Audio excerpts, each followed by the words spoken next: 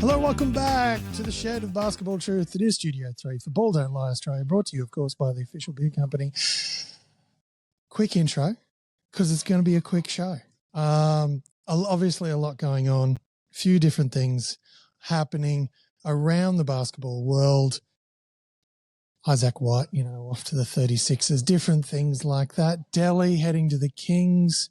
But since it's our 199 episode and there are people off in the background, I thought I'd steal people in from the festivities and share some thoughts. You two are my first victims. Co-hosts, and both backs for Capitals commentary box this year. Good. That's a tacit agreement. I'm going to take that as yes.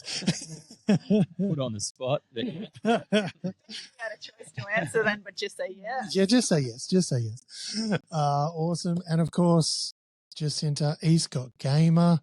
And Matt still hasn't even got his own, Instagram account yet, let alone a podcast that we can plug and share. And I've got Facebook.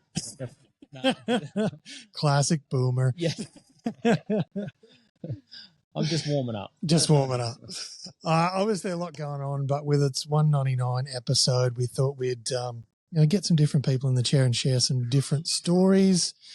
For example, first basketball memory we thought we'd go with.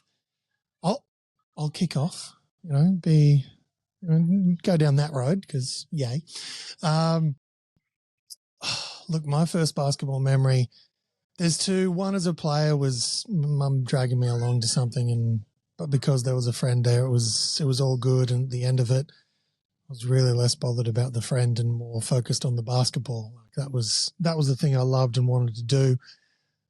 But as someone watching, I definitely went along with my mum, got dragged along, put in the stands. It was McLean versus Grafton, and McLean's import literally caught the ball top of the key, little head shimmy, defender bit bad. Space opened up. No one stepped in. He drove hard to the basket, dunked it. And that's when I thought to myself at the time, I want to do that. Sadly for me, I think net grab or backboard tap was probably, as close to that as I got. But I did go on to play the team that he beat that night and absolutely thrashed, which was nice, but that was it from there. The basketball was it. I'd seen it. And, he was a bald import from America. I saw a man fly and I was done from there. So, all right, who wants to go first, team? Who wants to? Yeah. Macca's under the bus?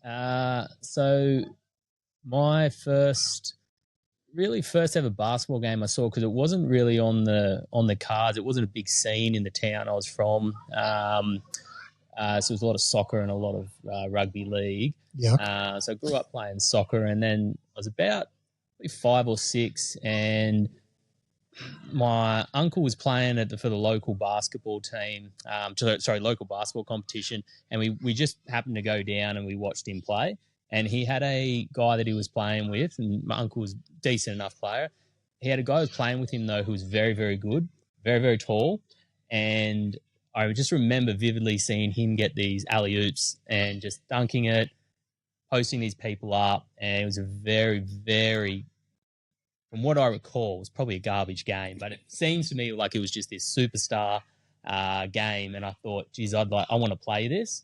And it just so happened, being that it was a weekday sport, it worked in really well because my mum worked weekends, so even better. And so with that, it just started from there. And then from then on, I haven't stopped playing literally up until hurting my knee recently, but that's literally about 30 odd years worth of basketball in that. So all from that one, tagging along and watching a game. Nice. Jacinta, you're in the hot seat. First basketball memory. Yeah, going to segue from one McLean to another McLean, and it's Dwayne McLean. That was the import for the Sydney Kings in the 90s.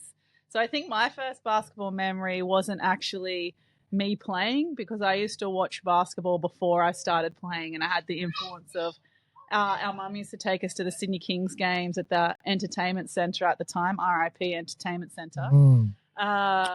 And I also had an older brother who was well into the NBA. You know, this is like Anthony Hardaway was his favourite. Penny, good choice. Good choice. Obviously, still an influence. So, older brother influencing, loving the NBA of the 90s, going to the Kings game. So I was already influenced by that before I played. So my first memory is probably going to a Kings game at the entertainment centre, and it used to be sold out every night, I think.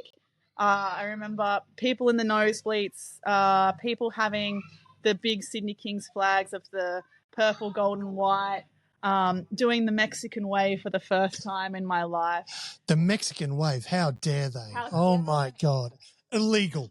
And even all the activation and entertainment you still see now where they'll throw free stuff into the crowd. Like I got a free Coca-Cola yo-yo. Took it to school for bragging rights and lost it. Stole it. If you stole Jacinta... They're probably still holding on to it to this day. But yeah, it was going... Call Crime Stoppers if you know. It's worth money now. Yeah. Yeah, it would be. It would be. I remember what it looks like too. But yeah, going to Kings games and then... But mind you, this is the era of Dwayne McLean, Leon Trimmingham, Damien Srio-Keogh, Dean Utoff. All names we love and remember. Consistent. Couldn't spell. Couldn't win a game to save their life. I didn't see the Sydney Kings win a game when I was that age. It was only when I started going back to Kings games like a decade later and Brian Goorjian and the Kings went three-peat. That's when I started to see the Kings win. But yeah, first memory was probably going to a Kings game and being part of that massive crowd. Yeah, when I first started going to the Kings games, they had coaches like Shane Hill. Didn't win a lot of games. Still flinging stuff up into the crowd though, which was nice. It wasn't a yo-yo. It was, T-shirts. Never caught one. But that's okay. I was an adult. I could go to the gift shop and buy one. So. And that was still like post Sydney Spirit and then Sydney Kings not having a team, right? And then they came back again. They came back. They weren't great, but they were back. That was the main thing. They were back. Yeah. They were back, baby. All right. Timothy. So first basketball memory. Probably have to go back a while. I shouldn't think so, young man. First basketball memories, probably going to a Bullets game probably back in before they exited the league. Back when they used to win. Back when they used to win, yeah. At the South Bank Convention Centre. And just going to these games when you're a little kid and just getting to see these big people play a sport you've got no idea what's happening in. I think that's definitely the first one for me. And what elements of that have changed for nowadays? Those big people. Are they less big? Those big people are now normal-sized humans. Must be nice. At least comparatively. Yeah. And of course, your basketball IQ and knowledge is definitely up. A little bit. About the same. Oh, well, all right, Ant. Haters going to hate. Yes, this is a Tay-Tay household, sadly. Nothing wrong with that, Mel. Oh, mate, I get what we called swifted all the time. But my daughter doesn't get swifted anymore. Normally we'd come home if there was Taylor Swift music on, it'd be, we've been swifted. I've now recently been told, no, Daddy, it's only you who gets swifted. I like Taylor Swift. Yeah, got me. All right, Anthony, what about yourself? First memory for basketball. I think I've got two. There's like small memories of the old benches in the backcourts of Grafton basketball and sitting up there while my parents played like, I don't know, social men's and women's. And I just remember like running Vicky around. Used to carve, mate, like absolute weapon. With the elastic band for glasses, keeping them on. That or... and correct me if I'm wrong, the grandstands were those old metal ones and one would face this way and the other one would face the other way. I'm talking like the bench, like the score. Oh, the score bench, yeah. Yep. Running along the back seat of that while people were actually benching, which I'm sure they just loved. Or when we go to a Vikings game and basically you'd watch probably, I'd say less than, I'm going to be generous and say 7 to 10 minutes, and then you would just run off and play behind the grandstands the whole time. But I do remember... you were one of those children. I do remember vividly watching, I'm not sure where this person was from, but they shot the ball, missed, and while it was still in the air, jumped up on the other side of the hoop, caught it and dunked it, and they called it a travel. And that is my first proper of actual basketball remember. It was the weirdest thing, and I still don't understand it, but they called it a travel. So it didn't hit anything? Nope. Went over the rim, caught it on the other side and dunked it. And they called it a travel. Travel. Yeah. Okay. Yeah. Interesting. But yeah, first memory. That would probably be it for But he didn't land. Yeah. Oh no, I think he landed. I think he shot it, took a step or two and jumped up. Landed and dunked it on the other side. I don't think he was in the air when he did the first shot. From memory. Okay. If that makes sense. So shot it one side, missed the hoop, took 2 steps, jumped, dunked it. And they're like, that's a travel. Oh, well. These things happen, but still. But maybe that's 6-year-old me not remembering correctly. Wow. Like 27 years ago. It was actually, we've done our research here at Ball Don't Lie. It was actually a tech foul. There was no dunking involved. Not even a basketball.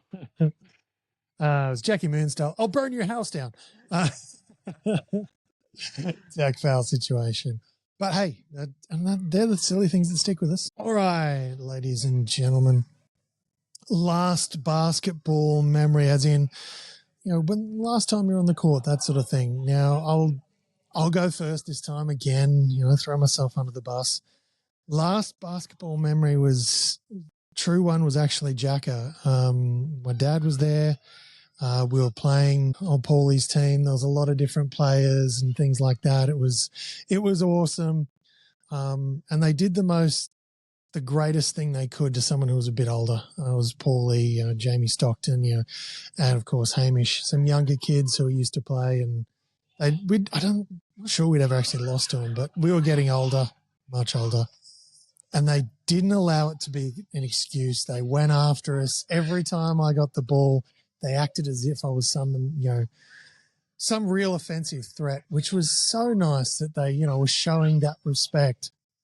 And, I played horribly. My dad was there. I went out for a drink and generally thought about never playing the game of basketball again, which is how badly I played. But that's life. It happens. That was my last basketball. I'm sure I'll be back on a court, but that's what it was for me. Jacinta, let's go with you this time since you threw Macca under the bus last time. Oh, I was just trying to be polite, Ladies first. Nice. Take all the limelight. Last basketball memory, I'm going to talk about the last game that I played where I felt like I was a productive and functional basketball player before I... Last Tuesday? No more Tuesday comp for me. Thank you very much. That's another story for another time, perhaps. But this was 2019. It was just before NBL 1 East became NBL 1 East. It was still called Waratah Championship League. I was playing for Central Coast Crusaders. The crew. I was the crew of the crew. It was probably on and off court one of the most disappointing seasons of my entire career. We had a lot of infighting. There was a lot of disrespect and conflict with the coach, unnecessary conflict with the coach. He went overseas when his mum passed away, and our board decided that was the time to fire him. Spicy. Yeah, interesting but, choice. Yep. Or basically they held a meeting with all the players as a coup while he was away. Which coup with the crew. Yeah, which I wasn't going to stand for. And then I ended up giving my captaincy away because I just didn't want to be responsible for the stuff anymore. Anyway, this was the theme of the season. Hence why I'm like, I don't want to play anymore. And I knew that the last game we had, we didn't make playoffs, deservedly so. We're playing Penrith, which is a team we definitely should have beaten during the season. So it was last home game against a team we should have beaten. We were down numbers because of injury. Mm-hmm. And I knew that it was likely going to be my last game and my coach's last game, who I had a good relationship with. So I was like, let's just get this done. I probably statistically had one of the best games I had, and I don't know if I'll ever match it. I went 25 and 15 with 5 from the 3-point line. I'm pretty sure my free throw percentage would have been at least 85, 90%. And I was saying, off air, I think on a good day, my rebound stats could hang around 11, 12, 13. If I got 12, it was very hard to crack 12. So this is the first time I ever got 15 rebounds in a game and 5 from the 3-point line, which I will probably never do ever again and didn't do ever. So for me, that was the perfect swan song for the last home game for me at the club, perhaps, as a player, and for my coach, it was the way to send him off. And then I got to give a thank you speech at the end. So that was probably my last memory as a reasonably successful player that I can hold on to those stats. All right. Emotional. Yeah. Emotional. I don't do things by halves now. Oh, Macca. Top so, that. Yeah. Good luck. I said what I said. So no, my last game was literally end of November last year. We made the A-grade grand final down at Tallabudgera on the Gold Coast, and I made it through the first quarter. Come down, went up for a layup, drew the foul. It wasn't that bad of a foul. It was just a bit of contact in the air, but came down a little bit awkwardly, went over on the knee, hurt the knee, went and sat out the rest of the game. We'd been promoted from B grade about, I think it was 2 years earlier, and team had built, and we got Jimmo from the Tequila Mockingbirds. He came in, and a season before we were on top of the ladder, got bounced first in the semi-finals, so 1 versus 4, you're out. Mm-hmm. This year we make the grand final, bit of pressure on us. I go out in the first quarter. I think I had 8 points, so I was going all right, hit 2 threes, but then go out. And the other team just puts it on. Second quarter, they get up by 12, 13. Third quarter, they're up by 13. And then the boys just absolutely rally in the fourth. Mm-hmm. And we end up coming back from, I think it was about 10 to 13 points at some stage in the fourth. Boys rally back, and we ended up winning by 3. And I still get I get a chip, right? So, I mean, my name was on the scoreboard. Yeah. It was on the score sheet. So, yeah, that's my claim, mate. And it's the first one in A grade I ever got down there. Nice. So, done. That's A grade chip from the bench. Yeah. Nice. Nice. Yeah, way better story than my C grade championship, where I think I played one, showed up to sort of watch the final because I wasn't actually eligible for any of the finals. The boys made the grand final. I noticed they had an extra medallion, so just got in the line of players. And was presented, shook hands.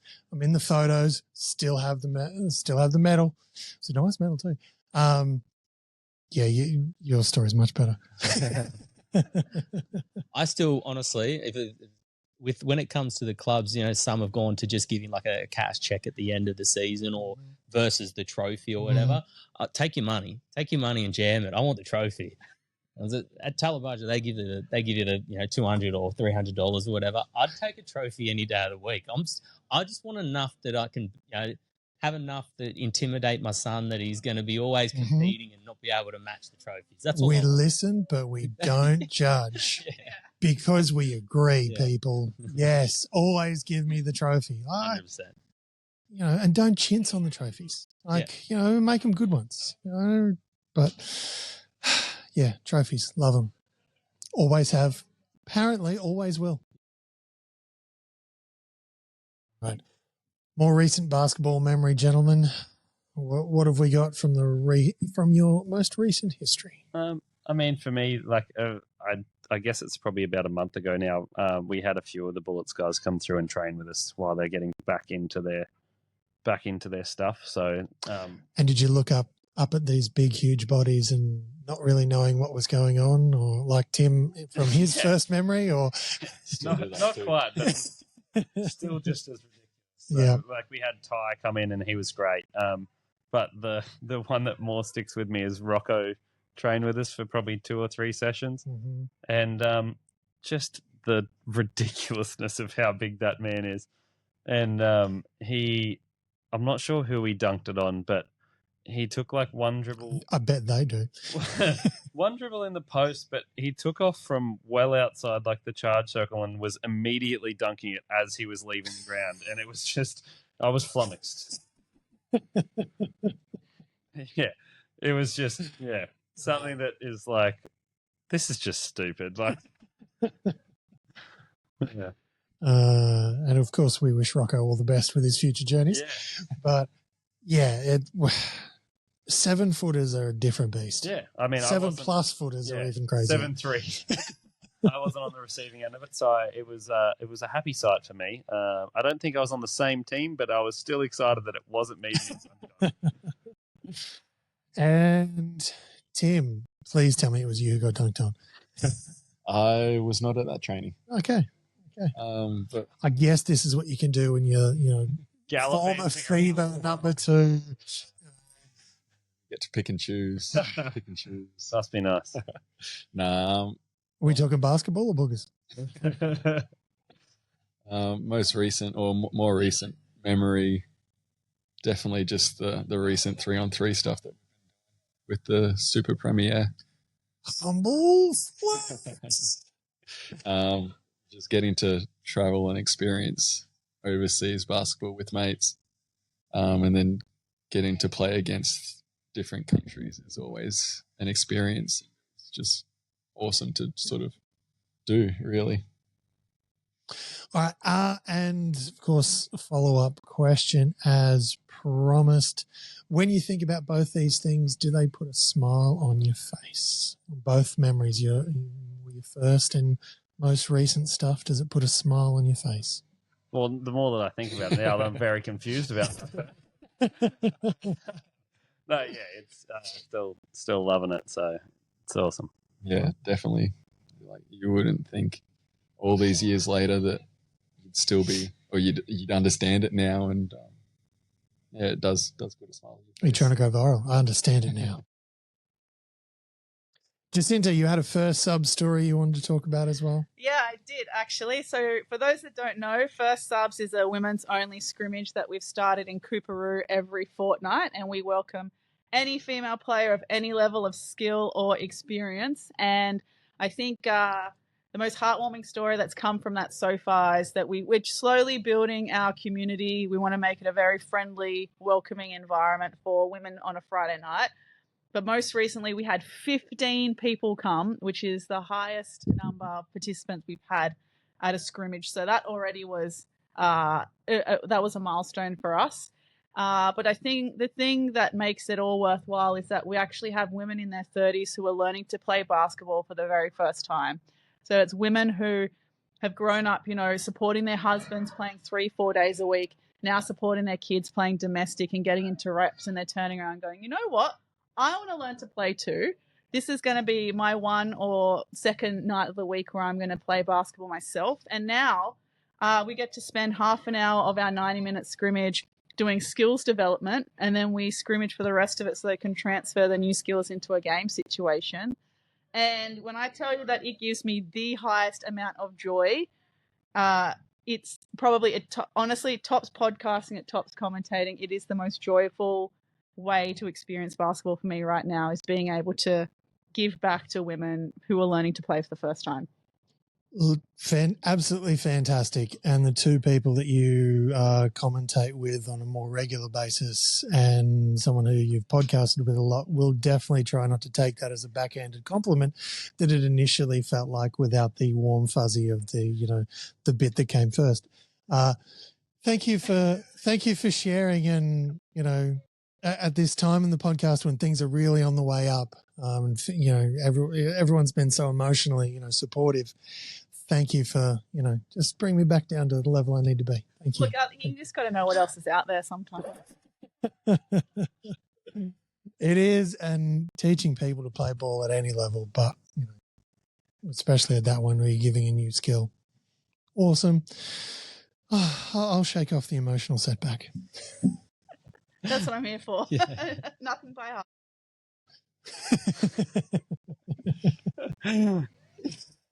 All right, boys. Quick pack of cards.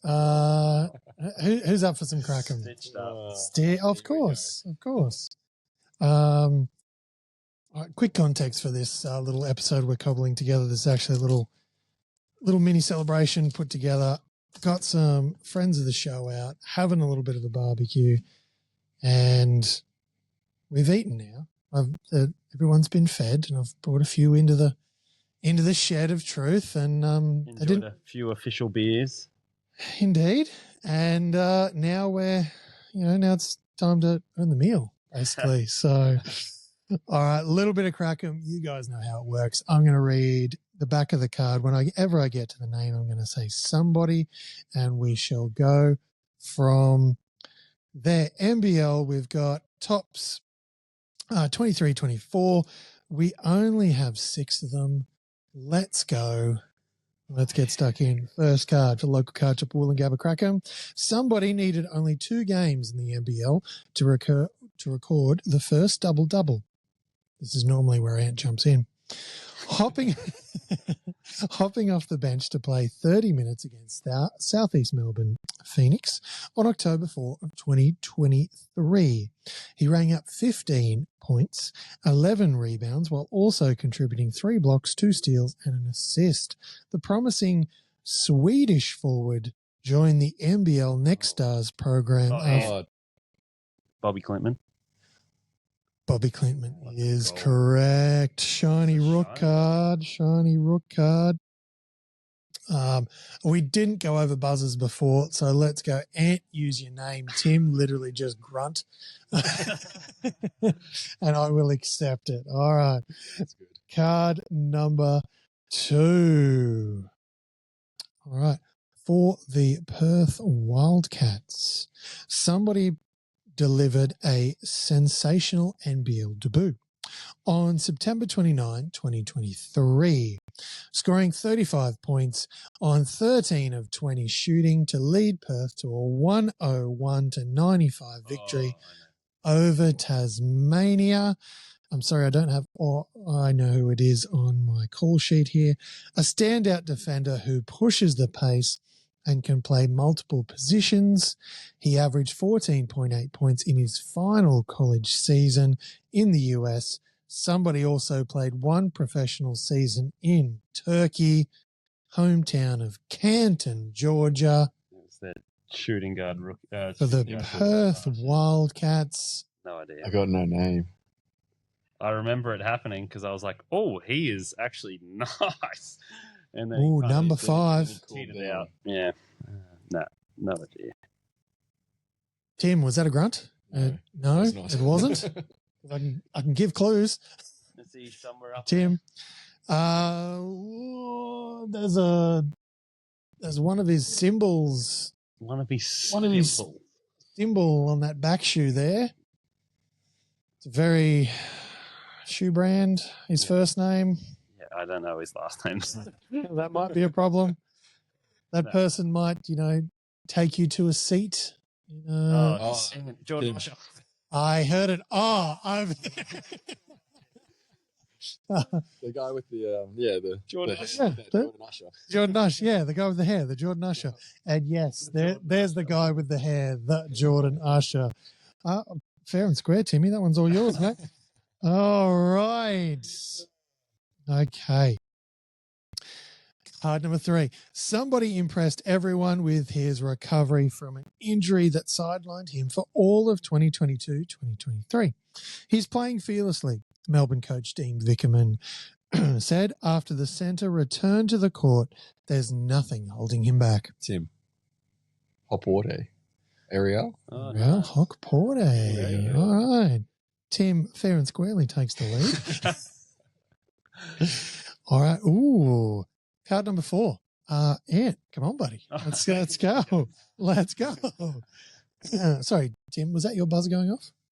Yeah, no. You gotta take a guess now. You got to wait till I've actually started reading, Tim. Yeah. All right. Card number 4. A local card shop, Woolloongabba. Here we go. Pro stints in the US, Germany, Turkey, and France preceded somebody's arrival in Tasmania in 2023. He was ready for the new challenge. Over his first 5 NBL games, somebody averaged 18 points, hitting at least 3-pointers in 4 of those contests. Is it our tiny little human? With 2 of the greatest names in basketball. What are the names, Ant? Jordan Crawford.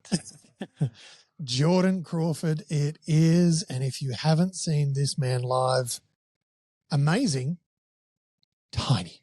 So like, he made me feel big and useless. Like all at once. All at once. You know, yeah. It's only when you see how big he is in real life compared to the others, it only makes it more impressive what he can do. Anywho, all right. Ooh, rookie card for the Cairns Taipans. Cairns Taipans rookie card. A host of NBL teams and US colleges coveted somebody for the 2023-2024 season. And is it Taron Armstrong? Taron Armstrong it is. Yes, I was looking for that final word. Come on. Okay, final card for the 199th episode of Ball Don't Lie. And look, I can find a backup card if we need. We can finish for the time. Let's see how we go. Remember, Tim, all I need is a grunt once I've started reading the card, though. Okay, here we go. All right, for local card shop, here we are. Somebody returned to Melbourne in 2023 after a year back in the US. Damn. That's Delhi. It is Orange Peaks. 2 on To the 8, Kings. 2 on the feet. He's off to the Kings as of today. It is Matthew Dellavedova. Tim, I did everything I could, mate. Yeah, except tell me the name. The Hook 41 was a good get. Yeah, very good. And, Jordan Usher, I mean, you were just faster.